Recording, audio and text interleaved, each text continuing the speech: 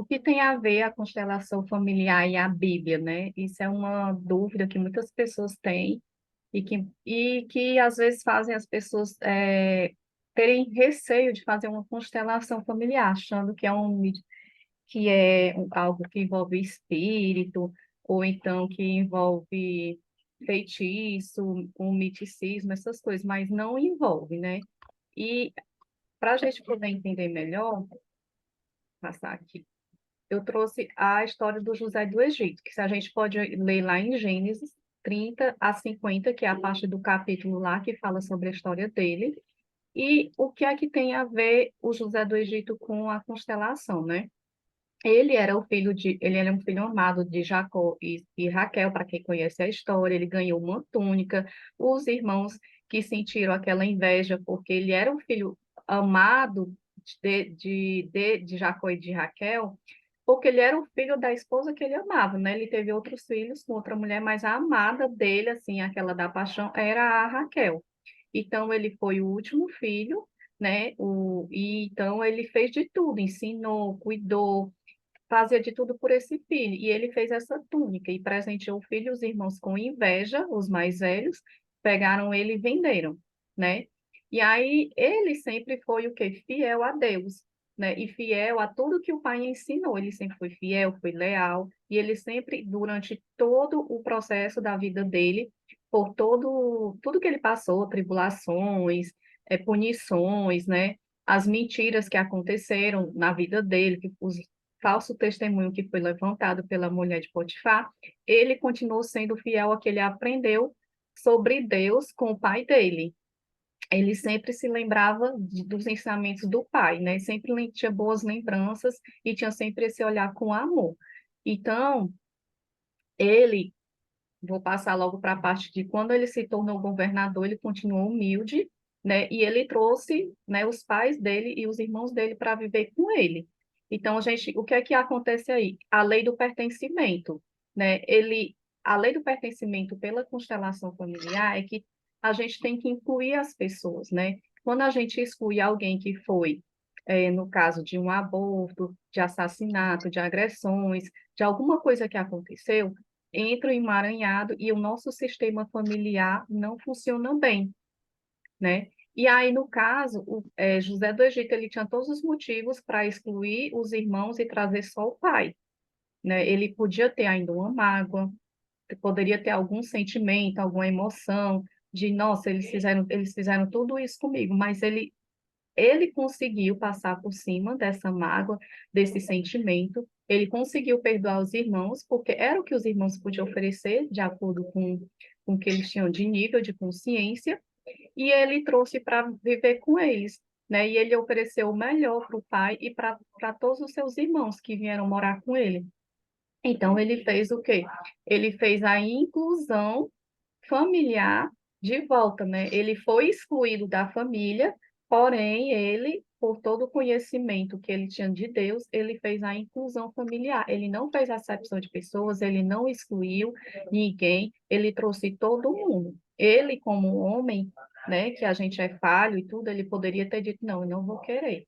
Eu não quero meus irmãos aqui, porque eles me jogaram lá naquele canto, me meteram, e já rasgaram minha túnica, e ele não fez isso. Ele trouxe todo mundo, ele não teve esse orgulho, ele não teve o ego, porque isso envolve orgulho, envolve ego, e ele trouxe o quê para a família? O perdão. Então, ele juntou toda a família dele e incluiu todos eles. Como a gente faz esse movimento no nosso sistema familiar, trazendo para a nossa atualidade, que às vezes há uma exclusão. A gente, às vezes, pode excluir alguém da nossa família que foi, tipo, um pai que foi bêbado, ou um irmão, ou um aborto que aconteceu, que é um segredo, porque geralmente quando é aborto as pessoas não gostam de comentar, né? Então, se torna um segredo, um tabu. Quando tem agressões na família, o histórico de agressões, a gente acaba de também ser um segredo, né? Assassinatos e mortes precoces, né? Usuários de drogas que são renegados, né? A gente sabe que muitas famílias, e a gente entende essa dor, renegam os usuários porque é cansativo mesmo. Eu já trabalhei com dependente químico, por 2 anos e eu sei o quanto é desgastante para uma família fazer de tudo pela aquela pessoa e ela não consegue, devido ao nível de consciência dela, sair daquela situação, porque às vezes ela não consegue tratar a dor dela. E não é só, ela vai se recuperar, ela tem que tratar as dores, e ela não consegue passar por isso. Então, a família automaticamente, às vezes, geralmente se cansa e acaba abandonando e excluindo, né, essa pessoa. Só que aí emaranha aquela família toda. E quando há essa exclusão, aquela família ela não consegue seguir a vida, porque de toda forma tem alguém que foi excluído. Então, quando a gente faz uma constelação familiar, que é na lei do pertencimento, a gente olha para todo mundo que pertence à família, para os que a gente convive e aquelas pessoas que foram excluídas, porque independente dessa exclusão, independente do aborto, independente de um assassinato, se ele foi assassinado ou se ele foi a pessoa que cometeu, então a gente olha para todos porque eles fazem parte do sistema familiar, né? E a gente vai incluir eles para trazer um olhar e encerrar esse ciclo, né? Esse ciclo de exclusão, para que a vida possa continuar. E também encerrar o ciclo de repetições, porque às vezes a gente o que repete as histórias.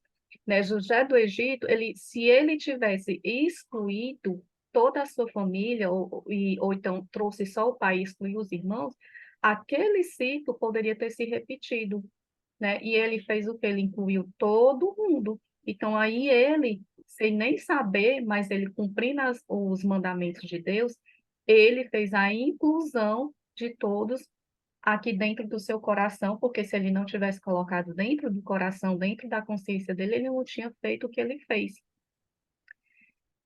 Vera, você quer comentar alguma coisa, acrescentar algum comentário sobre esse assunto, sobre pertencimento? Boa noite, é uma alegria estar aqui. É, tudo isso que você falou é isso mesmo, eu acho que você pode continuar, Adriana. Posso? Uhum. Então, a segunda lei dentro da constelação familiar é a lei do equilíbrio e da cooperação, né? Então, na mesma história do José do Egito, apesar dos irmãos dele terem excluído ele da família, ele os trouxe para morar no Egito e os perdoou. Fizeram incluídos na sua vida, né? Ele incluiu na sua vida e na sua prosperidade. Na sua relação com seus irmãos, ele ofereceu, né? Ele ofereceu o que ele tinha de consciência dentro dele, assim como o irmão, né? Os irmãos ofereceram o que tinha de consciência após o reencontro. Então, José promoveu entre eles a inclusão, o perdão, né? E o equilíbrio entre dar e o receber, trazendo harmonia para a família e alívio para o pai. O que é esse equilíbrio? É no que eu posso te dar nas relações, nas minhas relações com irmãos, nas minhas relações de trabalho, o que é que eu posso dar e receber? A partir do momento que eu dou e recebo de volta, 50% eu dou e 50% eu recebo, aquilo está em equilíbrio. Lógico que eu tenho que entender o nível de consciência do outro, porque às vezes a gente quer dar e acha que o outro não devolve porque não é da forma que a gente gostaria, porque cada um de nós tem uma forma de receber e de dar amor, né? Então, às vezes, a forma que eu gosto de receber é diferente da Vera, que ela gosta de receber, e da Gerlânia, que ela gosta de receber. Então, e aí pode ser que, tipo assim, a Vera acha que eu não estou dando amor para ela, porque a forma que eu dou, digamos, é de dar presente, e a Vera é de estar fazendo um monte de declarações de amor, que gosta, que isso, que aquilo outro. E eu nunca vou reconhecer, porque para mim ela tinha que me dar presente também. Né? Então, essa linguagem também, que é a do amor, a forma de dar e receber, vai depender da nossa expectativa e do nosso nível de consciência. José do Egito, ele tinha uma mentalidade tão além do que era as pessoas daquela época, que ele conseguia entender que os irmãos dele, quando retornaram, só podia dar o que eles tinham de consciência, né? Então, ali ele deu tudo o que ele podia, de acordo com o que ele tinha para oferecer, que era a riqueza e a prosperidade dele, e por isso ele continuou sendo próspero, porque ele sabia do nível de consciência dele e do nível de consciência do outro. Então, financeiramente ele foi próspero, né? Deus abençoou a vida dele, por ele ter sido leal e fiel durante todo o tempo e por ele também não ter feito a exclusão da família nem dos irmãos. Então, houve o quê? O equilíbrio. O que às vezes a gente faz num relacionamento, por exemplo, de casal, né? Ah, tem uma mulher que ela fica lá se doando, que a gente até já conversou em outros encontros, que é o quê? Eu me dou, me dou, me dou, faço tudo por ele, eu limpo, eu varro, eu faço tudo, tudo que posso imaginar. Só que aquele homem, naquela relação, ele está recebendo demais e ele não me dá nada de volta, porque quem se dá de doa demais não consegue equilibrar e não permite que o outro devolva. O que é que vai acontecer? Vai cansar aquela relação e tá mandando até o outro embora. Por quê? Porque eu estou doando, estou dando, e ele nem consegue suprir, eu não dou espaço para ele também fazer algo para mim. Então, ele acaba indo embora. Há um desequilíbrio.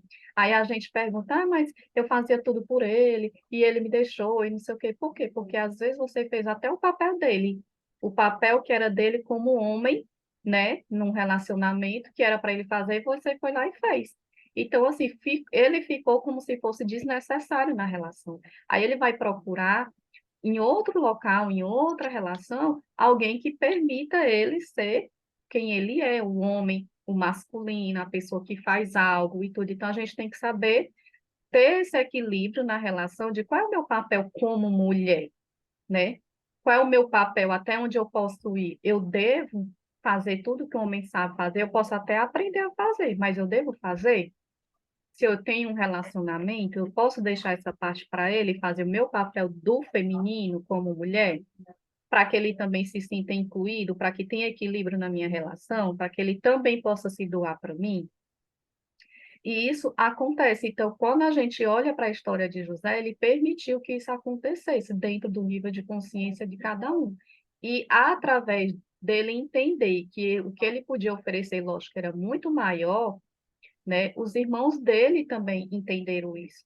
Então começou a ter o quê? Dentro daquela ação, a harmonia, e cada um fez o seu papel. Os irmãos dele fez o papel de irmão, né? De aceitar, de se arrepender, né? Porque eles se arrependeram do que fizeram e de conseguir conviver lá. Eles carregaram uma culpa e um pesar por muito tempo, por ver o José, né, ter prosperado, ter crescido, ter se tornado governador.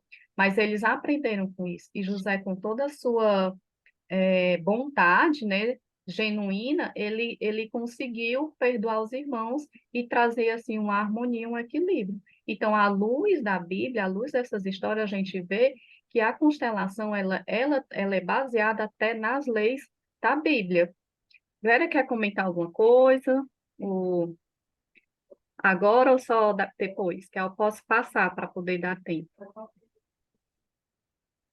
Depois. Tá bom. Então, eu vou passando aqui. E outra coisa, é a lei da ordem, né? A gente tem o quinto mandamento, que é honra teu pai e tua mãe para que se prolongue os teus dias na terra, que está em Êxodo 20:12.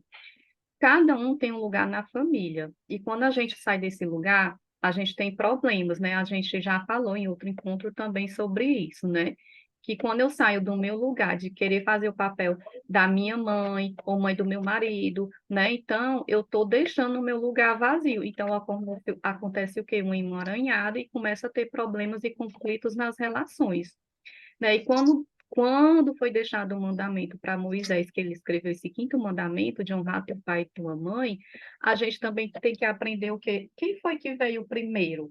Né? Muitas vezes a gente é arrogante, né, de querer mandar no pai, querer mandar na mãe, querer, ah, é porque ela não sabe fazer, ela não entende nada na internet, ela não entende celular, não vai entender. Não é da geração dele. Mas eles têm uma sabedoria muito maior que conseguiram chegar e sobreviver e nos cuidar como nos cuidou até aqui. E se a gente não consegue respeitar essa ordem hierárquica, que primeiro vê os nossos avós, aliás, os bisavós, os avós, para ter os nossos pais e através dos nossos pais a gente nascer e estar aqui e a gente achar que sabe mais ou é mais, a gente não consegue prosperar, né? E às vezes, muitas vezes a nossa vida não é legal aqui na Terra, trazendo isso à luz, né? Da religiosidade da espiritualidade, né, dos mandamentos de Deus. Então a gente não consegue. Então por isso que Deus ele falou: honra teu pai e tua mãe. Honrar é saber que eles vieram primeiro, eles que nos deram a vida e só por eles nos dar a vida, a gente tem que ser grato, independente das ações que eles fizeram. A vida, a gente só está aqui porque eles nos deram a vida, né? Então, quando a gente quer ser mais sabido, quer que ele aprenda uma coisa, ou quer que ele, por exemplo, eu quero que meu pai se mude daquela casa porque aquele bairro é perigoso. Isso tem que ser uma escolha dele. Por mais que eu prospere, por mais que eu fique rica, que tenha condições de dar, eu posso oferecer, mas eu preciso saber, pai, mãe, vocês querem sair desse bairro que vocês moram ou vocês preferem ficar aqui? Ah, eu quero sair, então tudo bem, você está respeitando a opinião e vai tirar eles de lá. Não, não quero, eu gosto de morar aqui, faz muito tempo, é a minha vida, é a minha história. Tudo bem, então é respeitar. Se você acha perigoso ou não, isso quem decide são nossos pais, são eles, não somos nós. A gente tem um exemplo também, não da Bíblia, mas a gente pode ver o cantor, o Gustavo Lima, que ele é um cara milionário, né? Não tem nem como mensurar, que eu não tenho ideia de quanto dinheiro ele tem. Mas o pai dele mora num lugar bem simples, numa fazenda, uma casinha simples e tudo, porque ele não quis sair de lá. E ele, como filho, ele oferece condições para o pai, mas ele respeita a decisão do pai. E isso faz com que ele prospere cada vez mais, porque ele respeita, ele não está impondo, ele não está se colocando de se achar melhor que o pai, porque o pai mora lá naquele local, naquela localidade que é um sítio simples, que não tem nenhum luxo. Então é isso que a gente precisa entender e respeitar. Tudo bem, eu estou aqui nessa riqueza com minha fortuna, mas se o senhor não quer, tá tudo bem para mim, eu lhe respeito, vou lhe dar melhores condições, vou lhe, né, lhe suprir financeiramente, mas eu vou seguir a minha vida com tudo de bom que eu estou conquistando e ela também pode oferecer para mim. Então, quando a gente respeita isso, hierarquicamente, essa ordem de quem veio primeiro, a nossa vida segue. E a Bíblia, ela já ensina isso desde os primórdios, né? Desde o tempo de Moisés, né, que ele ensinou. Por isso que a gente tem que honrar nossos pais, que é respeitar de todas as formas. Ah, meu pai, Adriana, fez isso, fez aquilo, me abandonou, me bateu, me violentou, alguma coisa. O respeito e honrar é uma coisa. Os traumas é que a gente vai tratar dentro da constelação e tudo. Você vai, na constelação, ter um novo olhar para a situação, para você incluir o seu pai.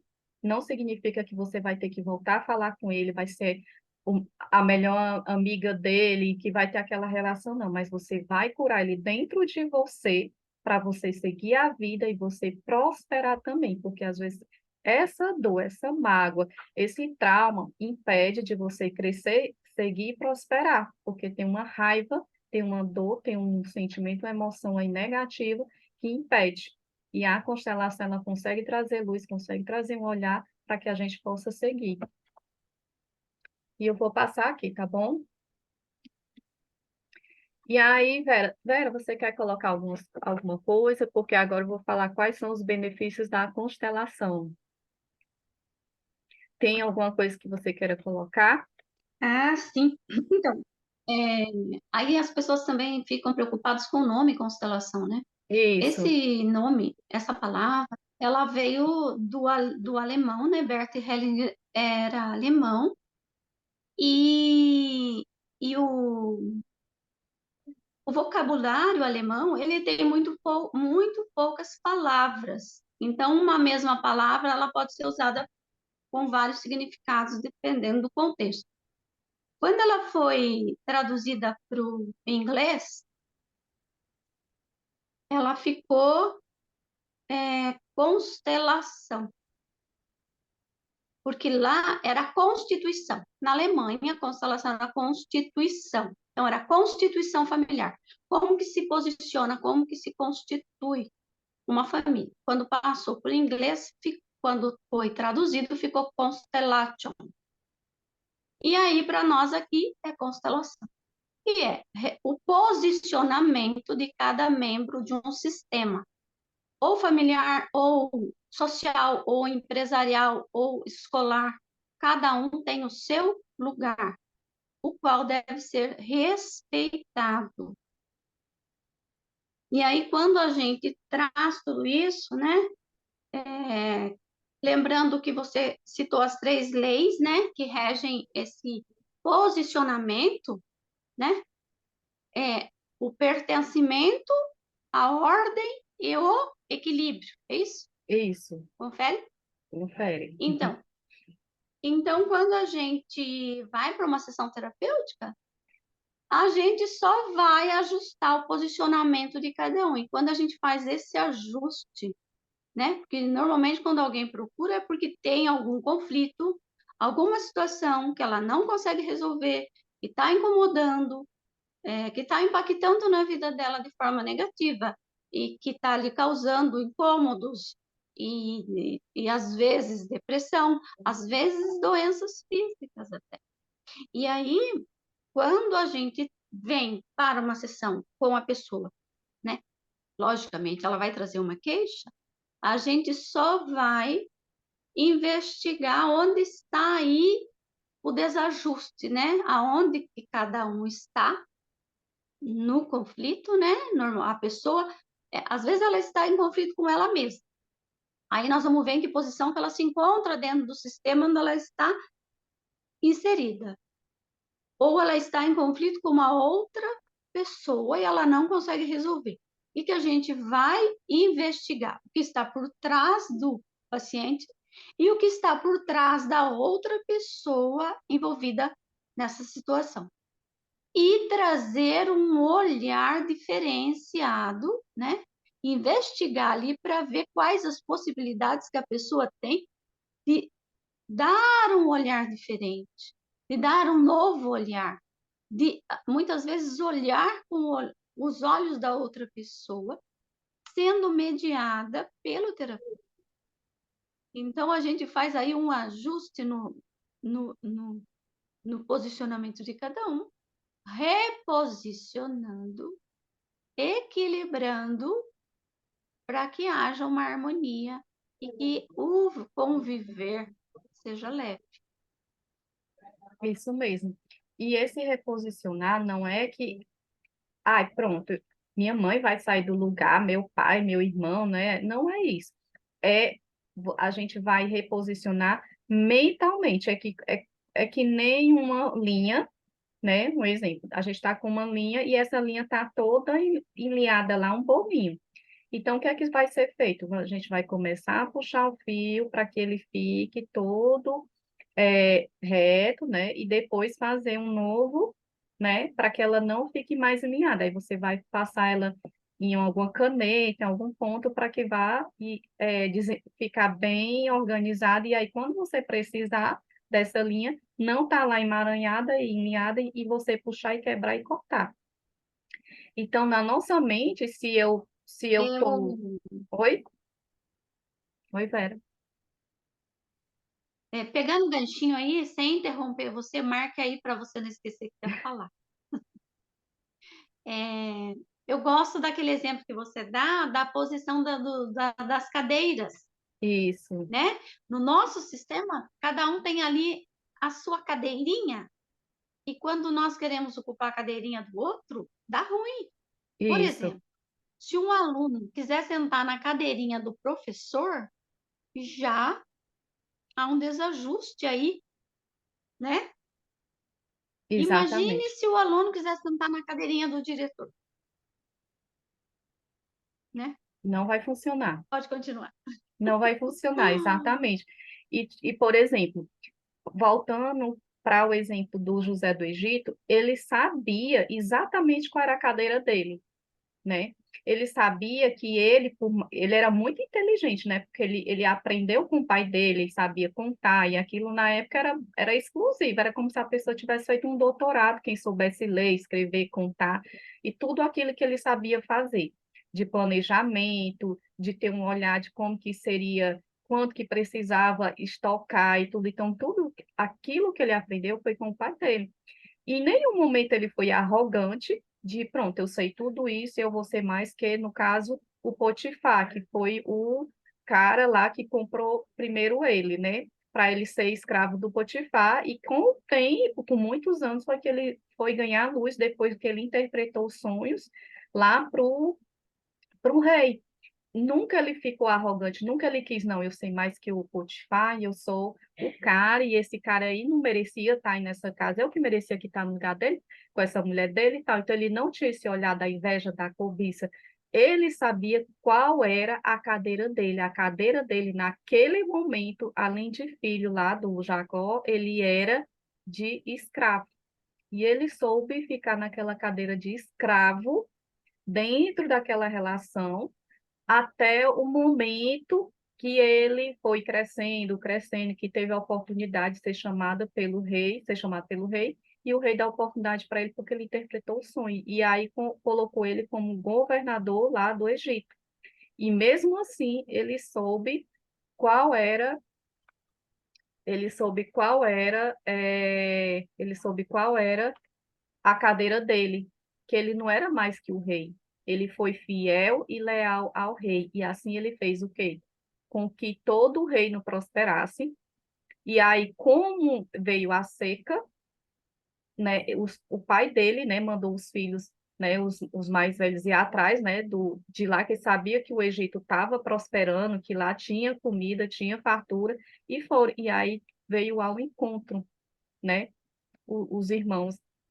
E aí, quando ele soube, né, ele ficou assim, aquela coisa, e agora, o que é que eu faço, né? Como se fosse na nossa linguagem, eu vou me vingar ou eu vou me juntar com eles, né? Porque ele tinha uma opção.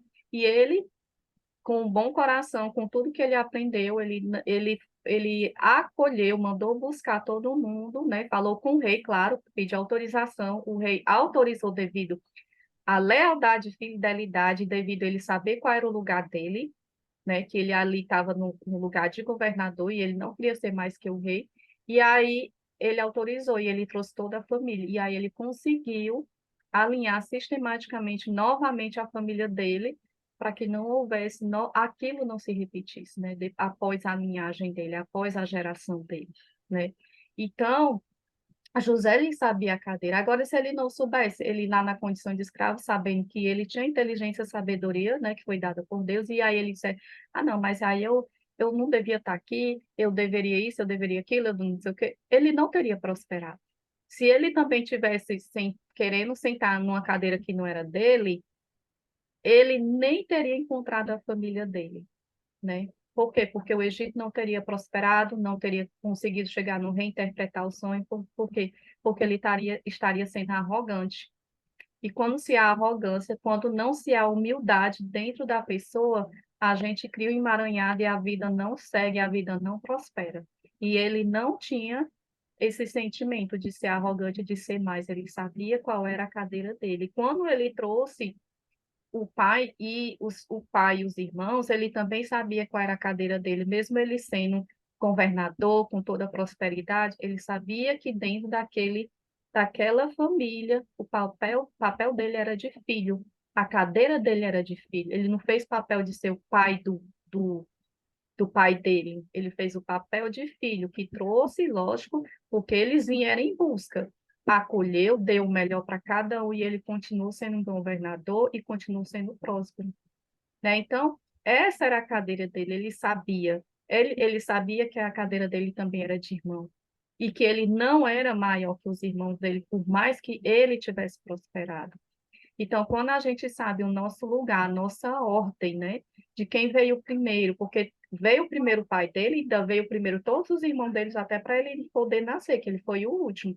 Então, como ele sabia de tudo isso, ele, né, prosperou, né? Deus abençoou a vida dele e ele prosperou e ele seguiu. Mas a partir do momento que a gente se torna arrogante, não tem humildade, quer ser mais do que todo mundo, a gente empanca, né? Com a palavra mesmo, empanca a nossa vida. A gente não consegue seguir, não consegue prosperar e ainda carrega o peso daquilo tudo que a gente está vivenciando, né? E ele é um dos melhores exemplos assim que eu trago, que é uma história que eu gosto demais, é do José do Egito. Eu acho a história linda, linda do Moisés também, porque ele conseguiu, ele traz muito à luz essa questão de como que funciona a constelação familiar e o que é que a Bíblia nos ensina através dos princípios que são deixados, né, pelos profetas que escreveram.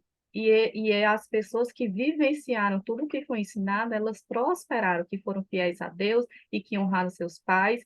Lembrando que também tem o mandamento da não cobiçar, não matar, e ele teve a oportunidade de cobiçar a mulher do Potifar, ela se ofereceu, e ele não quis, né? Então, ele honrou o lugar dele de que ele era escravo, eu sou escravo, esse é o meu lugar, e eu aprendi não cobiçar, porque o meu pai me ensinou.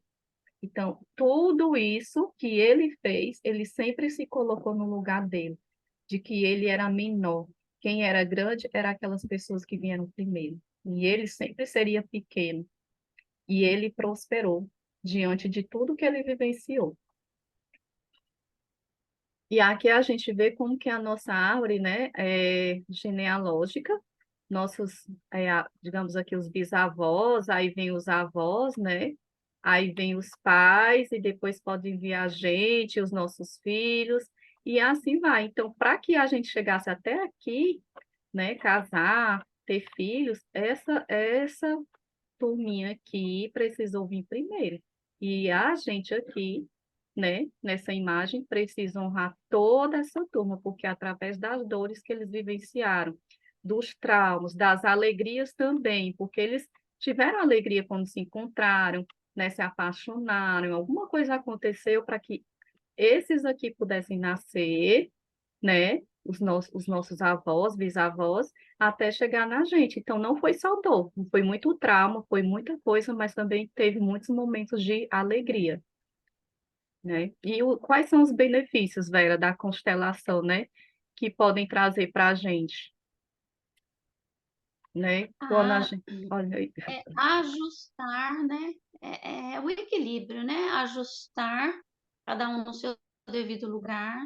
E quando se fala em honrar, é a gente reconhecer a importância que eles têm na nossa vida.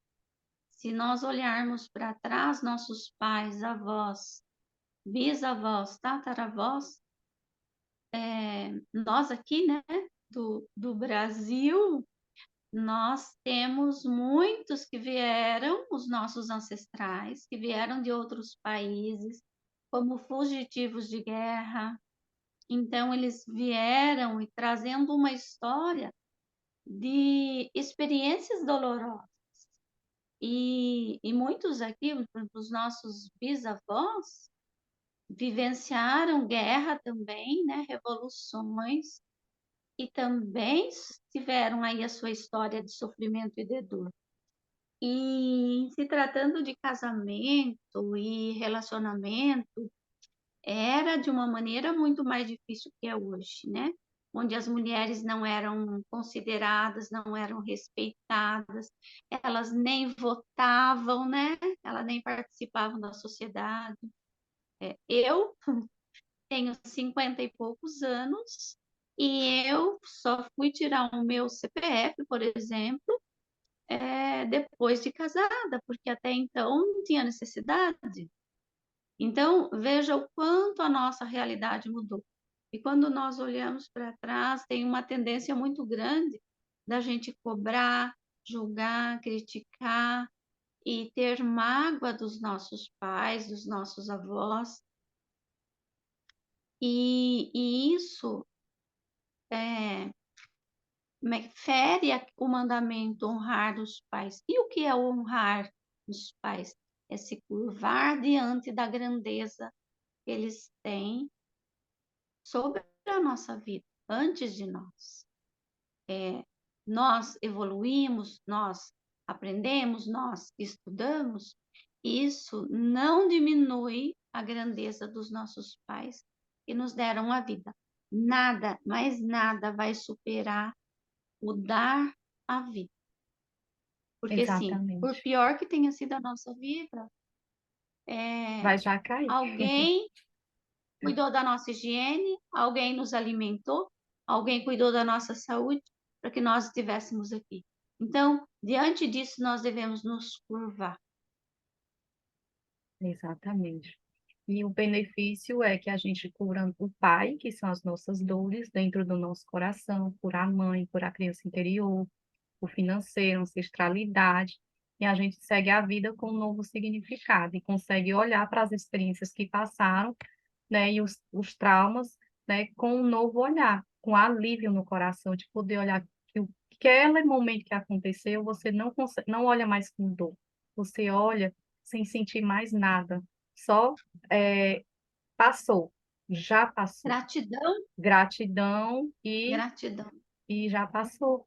E aí você segue, e você consegue prosperar, e você consegue fluir na vida e ter novas relações, né? Se tem dificuldade com relacionamento, você consegue desenvolver agora um relacionamento saudável, né? Mas a gente tem que saber qual é o nosso lugar de valor. Então, é isso que era trazer à luz com relação à Bíblia, né? De que às vezes a gente acha que não, mas a Bíblia ela foi a primeira, na verdade, a mostrar